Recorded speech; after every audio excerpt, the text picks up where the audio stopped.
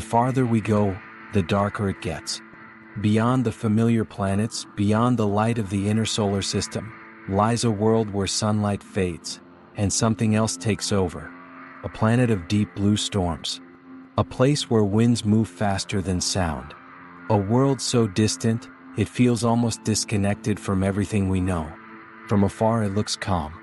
But that calm is an illusion. This is Neptune.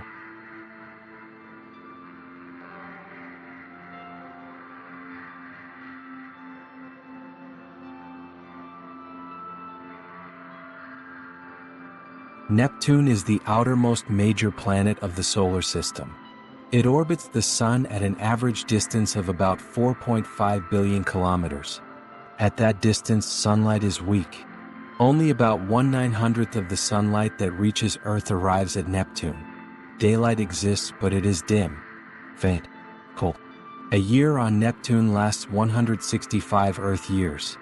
Its orbit is vast, its motion slow. Yet despite this distance, Neptune is not inactive. It is dynamic. Its atmosphere is one of the most energetic in the solar system.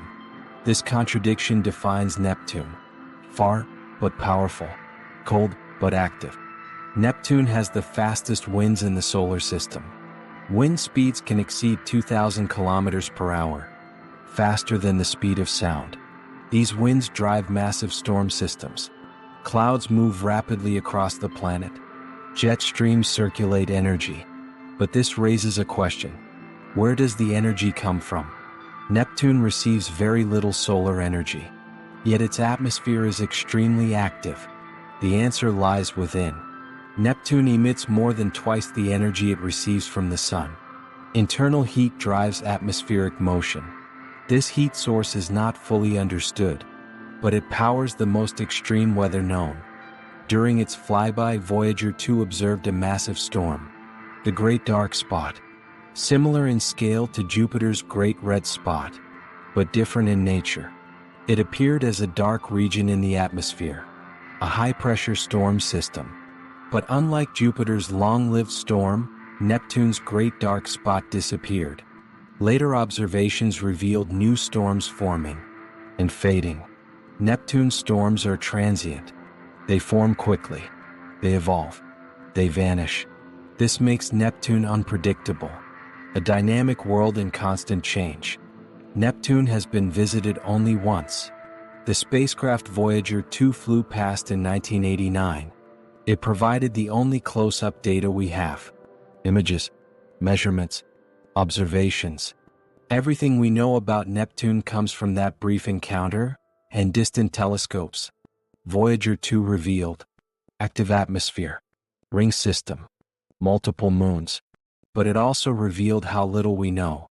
Neptune remains largely unexplored, a distant world, waiting.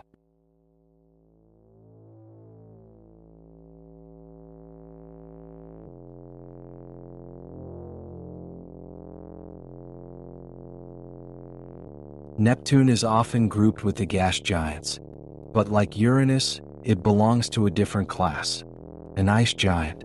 Its structure is layered. At the center lies a rocky core.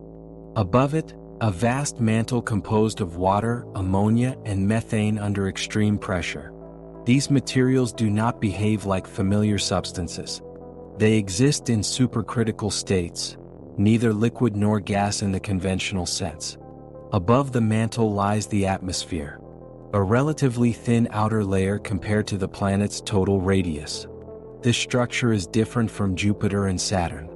Less hydrogen, more complex chemistry.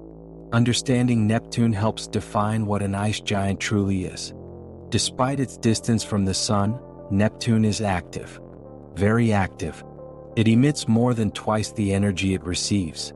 This internal energy powers its atmosphere, drives its winds, maintains its storms. But where does this energy come from? Several possibilities exist. Residual heat from formation, slow contraction of the planet, internal chemical processes. Unlike Uranus, which radiates very little internal heat, Neptune is efficient. It releases energy outward. This difference between two similar planets is one of the major puzzles in planetary science. Why does Neptune remain active, while Uranus does not? The answer is not yet fully known. Neptune's atmosphere extends deep below the visible clouds. Cloud layers are composed of different substances at different altitudes. Methane clouds near the top. Deeper layers of water and ammonia. Pressure increases rapidly with depth. Temperature rises. At extreme depths, the environment becomes dense and hot. Some models suggest the formation of exotic materials, including diamond rain. Carbon atoms may crystallize under pressure and fall through the interior. This remains theoretical, but it reflects the extreme conditions present. Neptune is not just cold, it is complex. Neptune has rings. They are faint, irregular. Unlike the bright rings of Saturn, Neptune's rings are incomplete. They contain arcs, dense regions of particles. These arcs are maintained by gravitational interactions with nearby moons. The rings are composed of dark material. They reflect little light, making them difficult to observe. Yet they exist. Another subtle feature in a distant world. Like Uranus, Neptune's rings are not meant to be seen easily. They are meant to be discovered through measurement.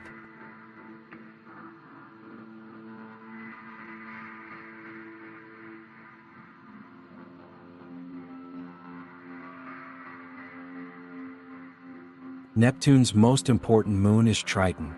It is not just another satellite. It is different. Triton orbits Neptune in the opposite direction of the planet's rotation. This is called a retrograde orbit. Most moons form from the same material as their planet and orbit in the same direction. Triton does not. This suggests it did not form with Neptune. Instead, it was likely captured. Possibly a former dwarf planet from the outer solar system. Captured by Neptune's gravity long ago. This capture event would have been violent. It may have disrupted Neptune's original moon system. It may explain the current arrangement of smaller moons. Triton is not native. It is an intruder. And it changed everything. Triton is extremely cold. Surface temperatures are around -235 degrees Celsius.